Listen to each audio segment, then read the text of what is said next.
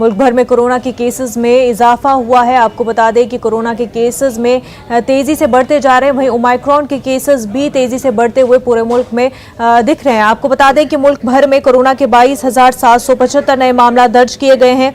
गुज़िश्ता 24 घंटों में 406 लोगों की कोरोना से मौत हो गई है, जबकि 8,949 अफराद सेहतयाब भी हुए हैं।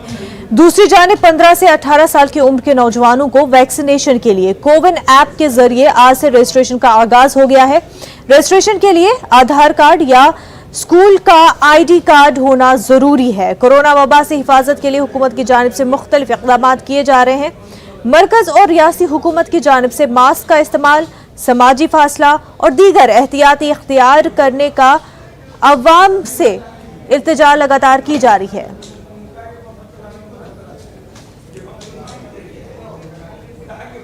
वहीं कोरोना का असर आम शहरियों पर ही नहीं बल्कि अवामी लीडरों पर भी देखा जा रहा है। महाराष्ट्र में 10 वुज़रा और 20 से जायद अरकान असेंबली का कोविड टेस्ट पॉजिटिव आया है।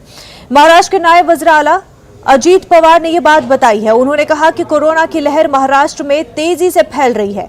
एक अंदाजे के मुताबिक रियासत भर में 50,000 ता 1 लाख लोग कोरोना से मुतासिर हुए हैं। कोरोना की तीसरी लहर को मामूली न समझा जाए। वाज़ेह रहे कि महाराष्ट्र में गुज़िश्ता एक रोज में कोरोना के 8,000 से ज्यादा मामला दर्ज किए गए, जबकि ओमाइक्रॉन के मरीजों की तादाद 454 तक पहुंच गई है। माझी जनतेला, नागरिकांना आग्रहाची विनंती आहे की कोरोना खूप झपाट्याने वाढतो। मी मागेही काहींशी आपल्याशी बोललो होतो। 5 दिवसच अधिवेशन आम्ही ठेवलेलं होतं, तरी 5 दिवसामध्ये जवळपास आत्तापर्यंत 10 मंत्र्यांना कोरोनाची लागण झालेली आहे।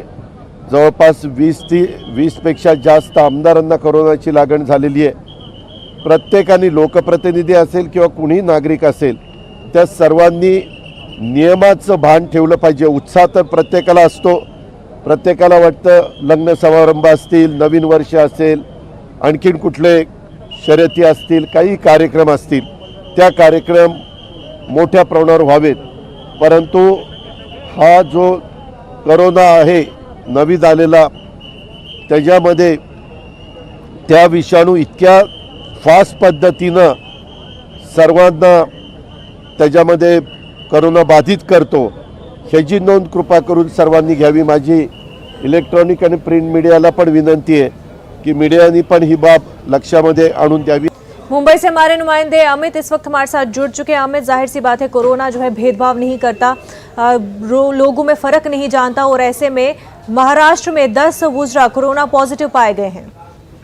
देखिए, निश्चित तौर पे आंकड़े लगातार बढ़ रहे हैं। कल रात को जो आंकड़े आए थे 24 घंटे में, वो 8,000 से ऊपर आंकड़े महाराष्ट्र में, और मुंबई की बात करें लगभग 5,400 के करीब जो है मामले सामने आए थे। वहीं ओमिक्रॉन के भी मामले बढ़ रहे हैं, डेल्टा के मामले बढ़ रहे। निश्चित तौर पे कह सकते हैं कि लगातार मामले बढ़ रहे, जिससे चिंता का विषय बन चुका है।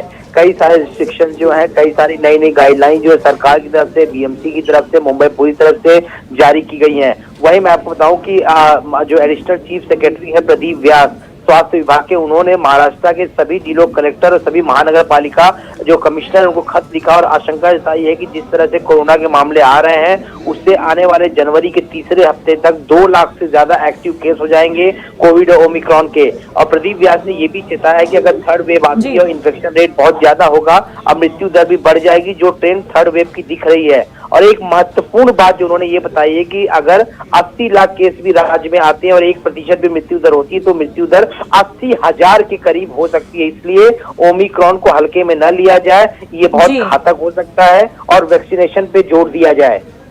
बिल्कुल अमित, बेहद शुक्रिया तमाम तर तफसीलात के लिए।